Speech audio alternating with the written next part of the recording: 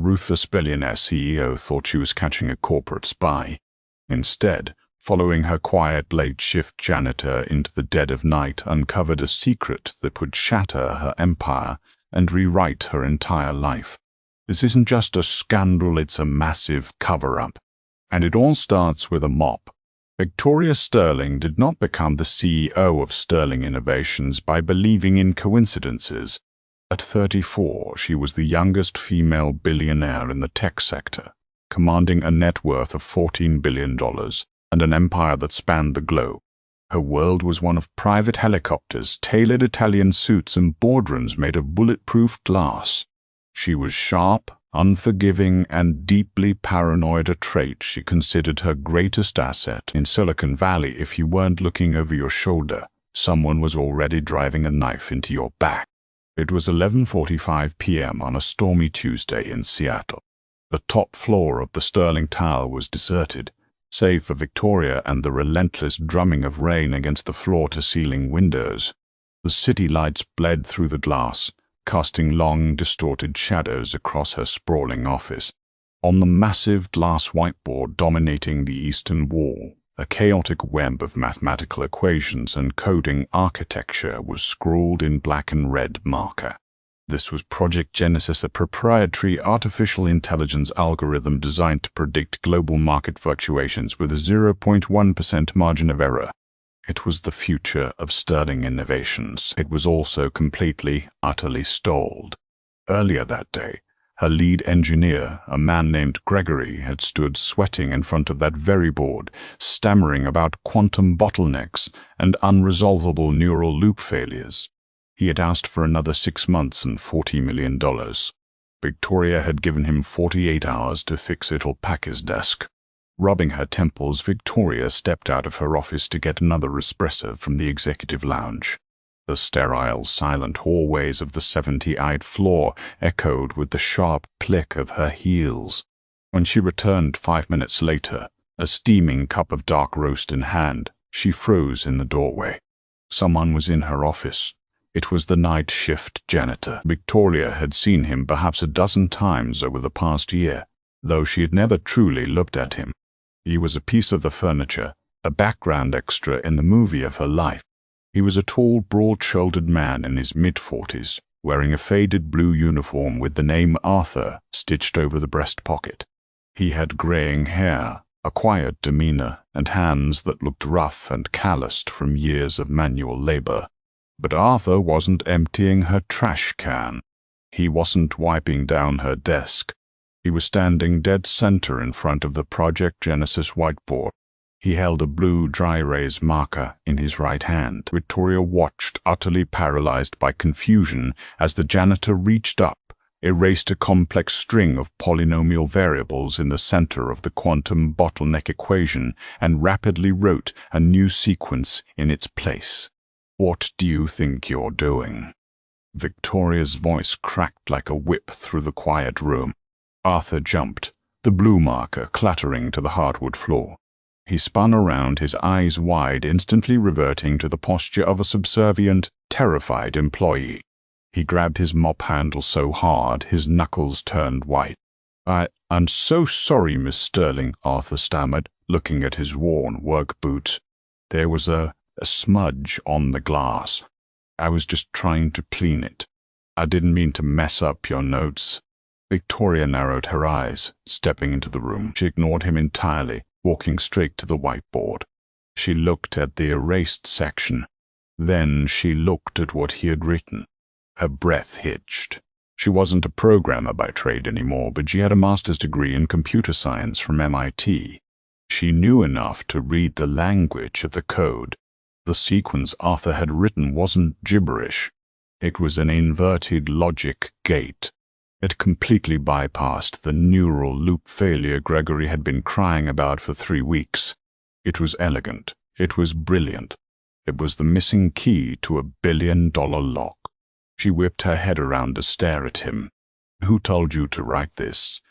"I don't know what you mean, ma'am," Arthur said, his voice trembling slightly. He was already backing toward his janitorial cart. "I just wiped away a smudge. I must have accidentally smeared the marker." I'm very sorry. I'll leave you to your evening." Before Victoria could press him further, Arthur hurried out of the office, pushing his squeaking cart down the hall. Victoria stood alone in the silence. She looked back at the board. A janitor didn't accidentally smear a marker into a perfect, groundbreaking algorithmic solution. She picked up the phone on her desk and hit a speed dial number. "Harrison," she said, her voice dropping an octave. Harrison was her head of corporate security, an ex-intelligence officer who made his living knowing everyone's secrets. "I need a full background check on a custodial employee. First name Arthur, works the late shift on the executive floors. I want it in 10 minutes. 9 minutes later, an encrypted file pinged into her inbox. Victoria opened it. Name, Arthur Pendleton. Age, 46. Education, GED, obtained in Nevada. Employment history, custodial services, landscaping, diner cook. Criminal record, none. It was perfectly normal. Too normal. Victoria scrolled down to the financial and digital footprint section. That was where Harrison's notes were highlighted in stark red. Note from Harrison, boss, this guy is a ghost. His social security number was issued only 6 years ago. There are no tax returns, no bank accounts, and no digital footprints attached to the name Arthur Pendleton prior to 2020. Whoever this guy is, he didn't exist before 6 years ago. Want me to bring him in for questioning?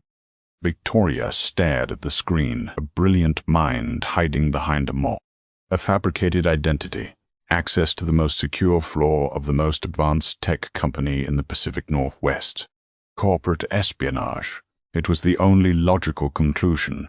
Rival companies like Kincaid Dynamics or Global State Actors would pay hundreds of millions to sabotage or steal Project Genesis. They had planted a sleeper agent in her building. "No," Victoria typed back to Harrison. "Don't touch him. Don't let him know we're looking." Victoria closed her laptop. If she brought security in, Arthur would clam up and whoever was pulling his strings would vanish into the wind.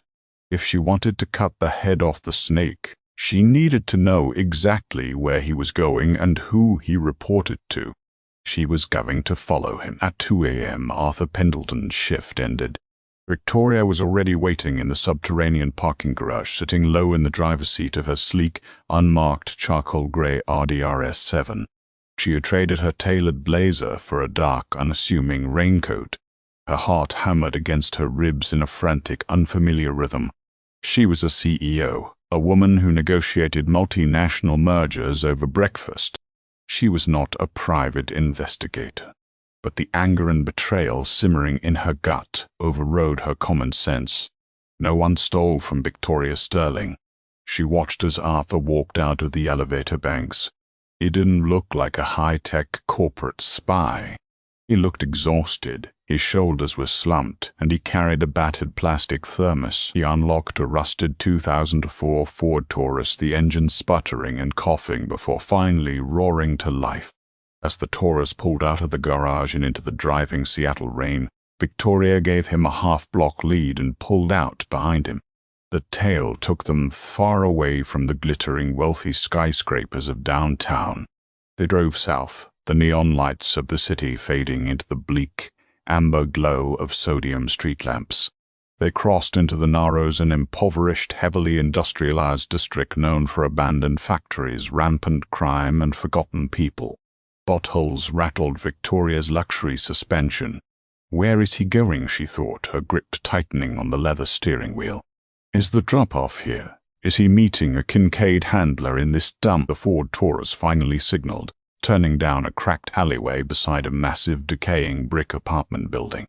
The structure looked condemned, its fire escapes rusted red and its windows barred. Arthur parked near the dumpsters, grabbed his worn canvas backpack from the passenger seat, and hurried through a heavy metal door into the building. Victoria parked the Audi a block away, killed the headlights, and stepped out into the freezing rain. The water instantly soaked her hair, but the adrenaline kept the cold at bay. She pulled her collar up and moved quickly down the alley, her eyes scanning the shadows. She couldn't just walk through the front door. If it was a safe house for corporate spies, there would be lookouts or cameras. She looked up. A fire escape zigzagged up the side of the brick wall. Through the pouring rain, she saw a single window illuminated on the 3rd floor. Swallowing her fear, Victoria grabbed the freezing iron railing of the fire escape and began to climb. The metal groaned dangerously under her weight. Her designer boots slipped on the wet grated stairs, nearly sending her tumbling backward into the alley. But she caught herself, her breathing ragged. She crept up to the 3rd floor landing and pressed her back against the damp brick wall, slowly inching toward the illuminated window. She expected to see Arthur handing over a USB drive to men in black suits. She expected briefcases of cash or a sophisticated hacking setup, beaming her company's data to an offshore server. Instead, she cautiously peered through the street glass, and what she saw made the breath completely leave her lungs.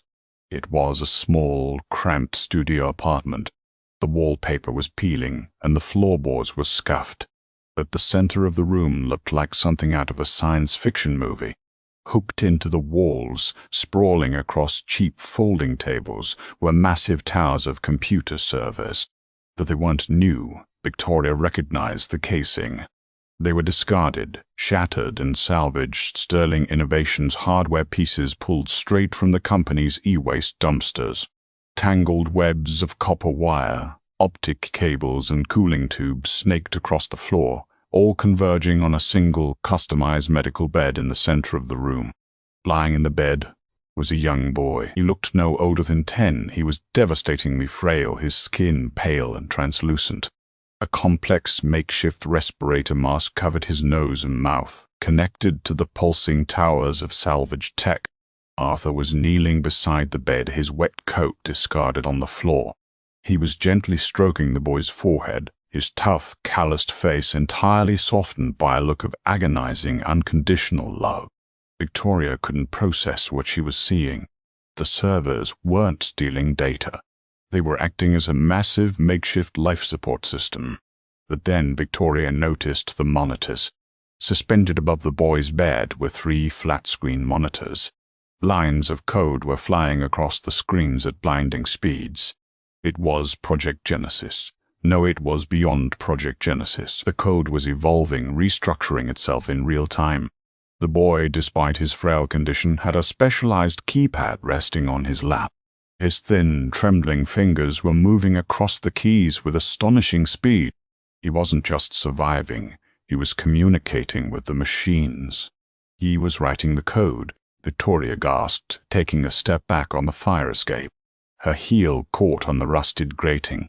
Her shoe scraped loudly against the metal, producing a sharp metallic screech that cut through the sound of the rain. Inside the apartment, Arthur froze. His head snapped toward the window. Victoria froze in the darkness, her heart stopping. She pressed herself flat against the brick, praying the rain hid her silhouette. But it was too late. The window slid open with a harsh scrape. Arthur stood there, silhouetted by the glow of the monitors. He didn't look surprised. He didn't look scared. He looked deeply, profoundly tired. He stared directly into the darkness where Victoria was hiding. "You shouldn't be out in the freezing rain, miss." "Sterling," Arthur said quietly, his voice easily carrying over the storm. "You're going to catch a cold. Come inside. Leo and I have been waiting for you." Victoria hesitated for only a fraction of a second before gripping the rusted window frame and pulling herself out of the freezing rain. She stepped into the apartment, her expensive leather boots leaving wet tracks on the scuffed linoleum.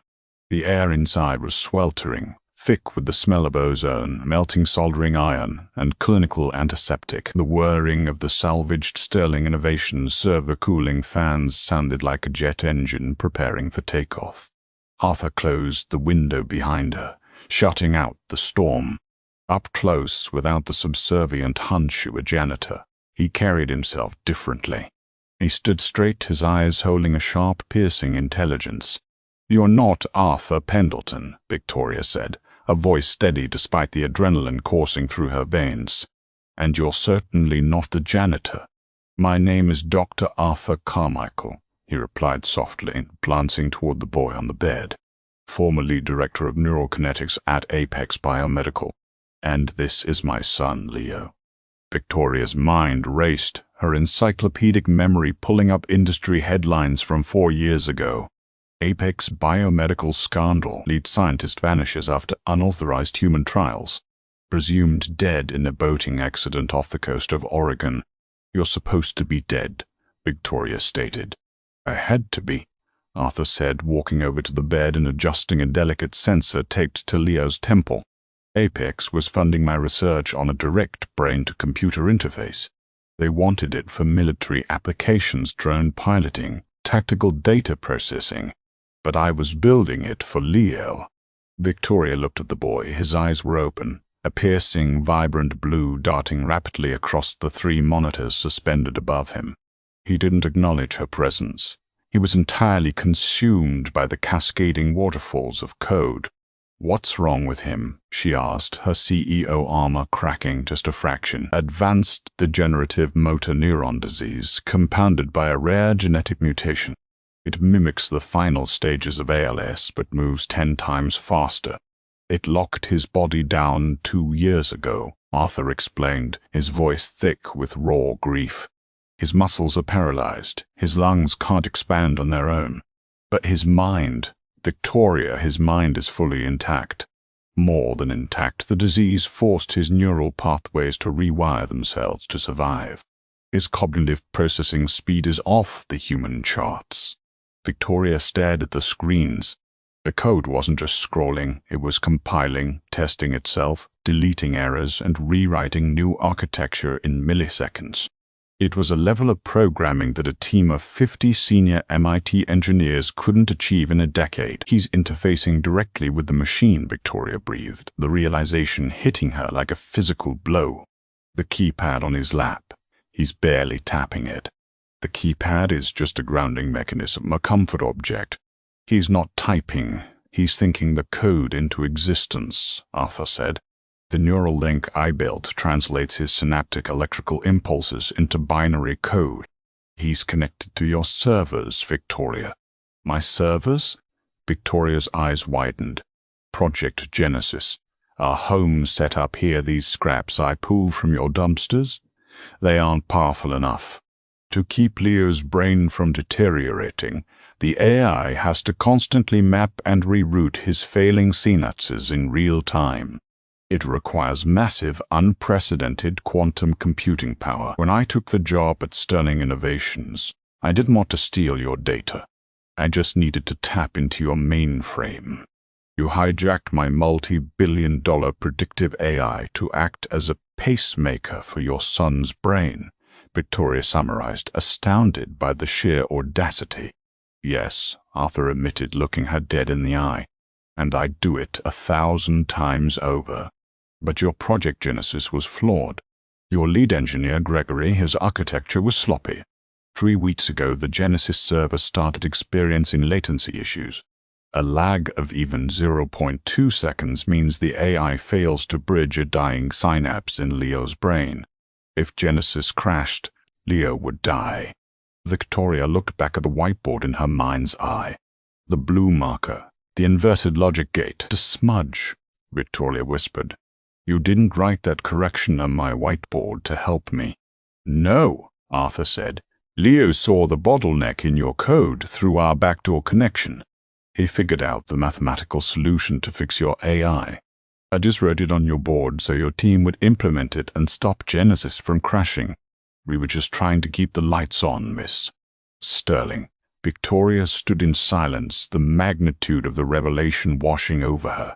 She'd been furious about corporate espionage, worried about losing a few $1 billion in stock market predictions. Meanwhile, in a damp, decaying apartment in the Narrows, a paralyzed 10-year-old boy was casually fixing her life's work just to take his next breath. "I can shut you down with a single phone call," Victoria said, her tone unreadable. Arthur stepped between Victoria and the bed, his jaw clenching. "I know. And if you do, my son dies tonight. I beg of you, Miss Sterling, give us 1 more month. Leo is using Genesis to run complex protein folding simulations. He's literally inventing his own genetic cure. He just needs a little more time." Victoria looked at Arthur, the man who had thrown away a prestigious career, faked his death and scrubbed toilets in the dead of night, all to buy his son a few more hours of life. She thought of her own sterile, empty penthouse, her billions of dollars, her absolute crushing loneliness. She opened her mouth to speak, to tell him that she wasn't going to shut them down, that she was going to help, but before the words could leave her lips, the heavy metal door of the apartment was violently kicked open, the deadlock shattering with a deafening crack. Victoria spun around as 3 men stormed into the cramped apartment. The rain battered against their dark tactical windbreakers. 2 of the men held suppressed handguns, sweeping the room with cold, professional precision. The 3rd man stepped through the splintered doorframe, lowering his hood. It was Harrison, her head of corporate security. "Harrison?"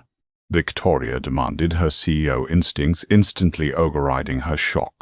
"What the hell is the meaning of this? Put those guns down immediately."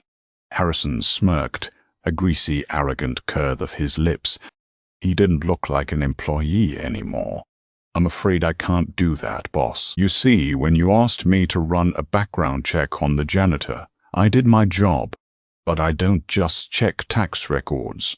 I ran his biometric profile through the global facial recognition database.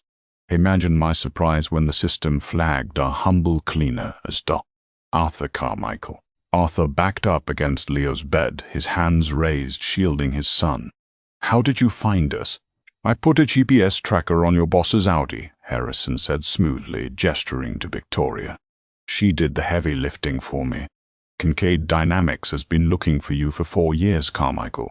They bought out Apex's assets, and they want your proprietary neural link technology. They're willing to pay $50 million for it, and another $10 million to ensure that any loose ends regarding its unauthorized use are tied up." Harrison's cold eyes drifted to the frail boy on the bed. Victoria's blood ran like ice water. Harrison wasn't just a traitor. He was an assassin. He had sold her out to Kincaid, and now he was going to execute a father and child to cover his tracks. "Harrison, you're making a catastrophic mistake," Victoria said, her voice dropping to a low, lethal register. "You think Kincaid will protect you. I will crush you. I will bury you so deep in federal litigation you won't see daylight until the next century. You have to be alive to litigate, Victoria." Harrison sneered, raising his own weapon. "Tragic news for the morning papers. Billionaire CEO caught in a robbery gone wrong in the Norras. It's a dangerous neighborhood, after all. Bag the servers," he barked at his 2 mercenaries, "and pull the plug on the kid." One of the armed men lunged forward. Arthur threw a desperate punch, but the mercenary easily blocked it, slamming the butt of his pistol into Arthur's ribs. Arthur collapsed to the floor with a groan. "No!" Victoria screamed. The mercenary reached for the main power cable feeding Leo's life support. Beep! A sudden piercing alarm echoed from Victoria's wrist. Everyone in the room froze. Victoria held up her left arm. The face of her custom-built smartwatch was glowing a bright, aggressive red. "Do you know what Project Genesis really is, Harrison?" Victoria asked, her voice eerily calm, the fear entirely replaced by cold, calculating rage. "It's a predictive algorithm. It sees 10 steps ahead. And so do I." Harrison frowned, his gun wavering. "What are you talking about? When I left the office tonight to follow a potential spy, I didn't go blind. I triggered a level 1 security protocol," Victoria lied smoothly, her mind working faster than it ever had in a boardroom. "My smartwatch is currently linked to my biorhythms. If my heart rate drops, or if I don't input a biometric passcode every 30 minutes, a dead man switch activates." She tapped the screen of her watch. "I just bypassed the timer," Victoria stated, her eyes locked on Harrison. "I have opened a direct, unencrypted live audio feed to the FBI Cybercrimes Division and the Seattle Police Department. They have been listening to this entire conversation for the last 2 minutes. They know about Kincaid. They know about the $50 million. And they are currently tracking my GPS coordinates. Harrison's face went pale. "You're bluffing." "Am I?" Victoria challenged, taking a step forward, directly into the barrel of his gun. "Shoot me, Harrison. See how fast the feds swarm this building. See how Kincaid Dynamics burns you to the ground to save themselves when the FBI raids their headquarters tomorrow morning." The siren started faint, a distant wail cutting through the howling storm outside. But they were growing louder. Fast, the two mercenaries exchanged a panicked look. They weren't paid enough to fight the federal government. One of them dropped his grip on Leo's power cable and backed away toward the door. "Boss," one of the thugs muttered to Harrison. "Cops. We gotta go. Now." Harrison stared at Victoria, his jaw trembling with sheer fury. He looked at the servers, then at the door. He knew he was beaten. "This isn't over, Victoria," Harrison hissed. "Yes, it is. You're fired," she replied coldly. Harrison and his men turned and sprinted out the door, their heavy footsteps pounding down the fire escape just as the flashing red and blue lights began to illuminate the rain-slicked alleyway below. Victoria let out a breath she felt like she had been holding for an hour. Her knees shook, but she forced herself to stay standing. She rushed over to Arthur, helping the bruised scientist up from the floor. "Are you okay?" she asked. Arthur nodded, wincing as he held his ribs. He looked at her in absolute awe. "Did you really have the FBI on a live feed?" Victoria looked down at her smartwatch. She tapped a button, closing a generic stopwatch app. "No, I'm a CEO. I lie for a living, but I did hit the panic button to call the local police when I was on the fire escape." She turned her attention back to the bed. Leo was safe. His blue eyes were still locked onto the screens above him, the code continuing its relentless, brilliant cascade. Victoria walked over to the boy. She gently placed her hand over his frail, trembling fingers resting on the keypad. For the first time, Leo's eyes shifted away from the monitors. He looked up at her. In his gaze, Victoria saw a universe of untapped potential, immense gratitude, and a fierce will to live. "Dr. Carmichael," Victoria said, not looking away from the boy. "Yes. Effective tomorrow morning, Sterling Innovations is liquidating its financial predictive division. I'm taking the $14 billion we slated for stock market algorithms and pivoting the entire company into medical biotechnology." Arthur stared at her, speechless. "You are going to be my new head of research and development," Victoria continued, her voice ringing with absolute authority. "Your first task is to move these servers to my private, secure facility. Your second task is to use my unlimited resources to finish your son's cure. And once we save Leo, we are going to patent this Neuralink and save millions of others. Do we have a deal?" Tears finally spilled over Arthur's worn, tired eyelids. He reached out, grasping Victoria's hand, shaking it with a desperate, crushing grip. "Deal. Thank you." "God, thank you." Victoria looked back at the screens. The code Project Genesis was no longer a cold, calculated machine designed for corporate greed.